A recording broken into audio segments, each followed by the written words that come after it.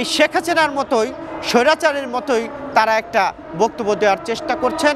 ফ্যাসিজমকে তাড়িয়ে আমার কাছে মনে হচ্ছে নতুন করে একটি ফ্যাসিজমের পয়দা সৃষ্টি হতে যাচ্ছে।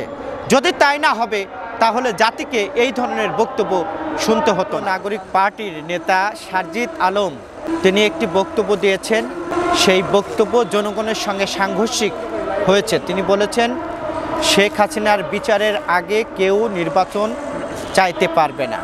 প্রশ্নটা হলো শেখ হাসিনার বিচার এদেশের জনগণ চায়, আর শেখ হাসিনার বিচার চায় বিদায় গত 17 বছরে মানুষ জীবন দিয়েছে, রক্ত দিয়েছে, তার অপকর্মের বিরুদ্ধে কথা বলেছে, যার কারণেই শেখ হাসিনা বাধ্য হয়েছে বাংলাদেশ থেকে পালাতে। কিন্তু সারজিদ আলমকে বুঝতে হবে যে উনি এখন একজন রাজনীতিবিদদের মতো কথা বলতে হবে। সারজিদ সাহেব গতকাল যেই বক্তব্য দিয়েছে সেটা বাংলাদেশের মানুষ হতভম্ব হয়েছে এবং হতাশ হয়েছে।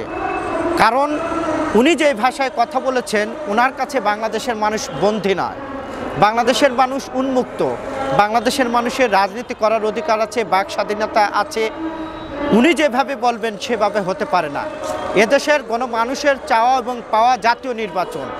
ওনার বক্তব্যের মধ্য দিয়ে ষড়যন্ত্রের নীল নকশা গন্ধ পাওয়া যাচ্ছে বলে এদেশের মানুষ মনে করে। ওনার বক্তব্যের মধ্যে জাতীয় নির্বাচনকে কালক্ষেপণ করার চেষ্টা করছে এবং জাতীয় নির্বাচন যেন পিছিয়ে যায় সেই ব্যবস্থা করার চেষ্টা করছে। সারজিদ সাহেব এক ছাত্র ছিলেন, এখন তিনি জাতীয় রাজনীতিতে পদার্পণ করেছে।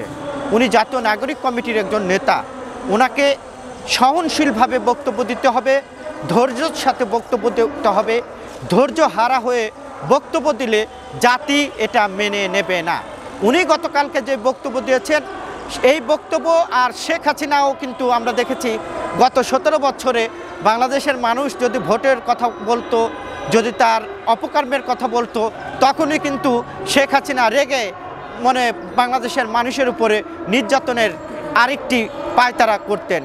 আমরা দেখছি এই শেখ হাসিনার মতোই স্বৈরাচারের মতোই তারা একটা বক্তব্য দেওয়ার চেষ্টা করছেন।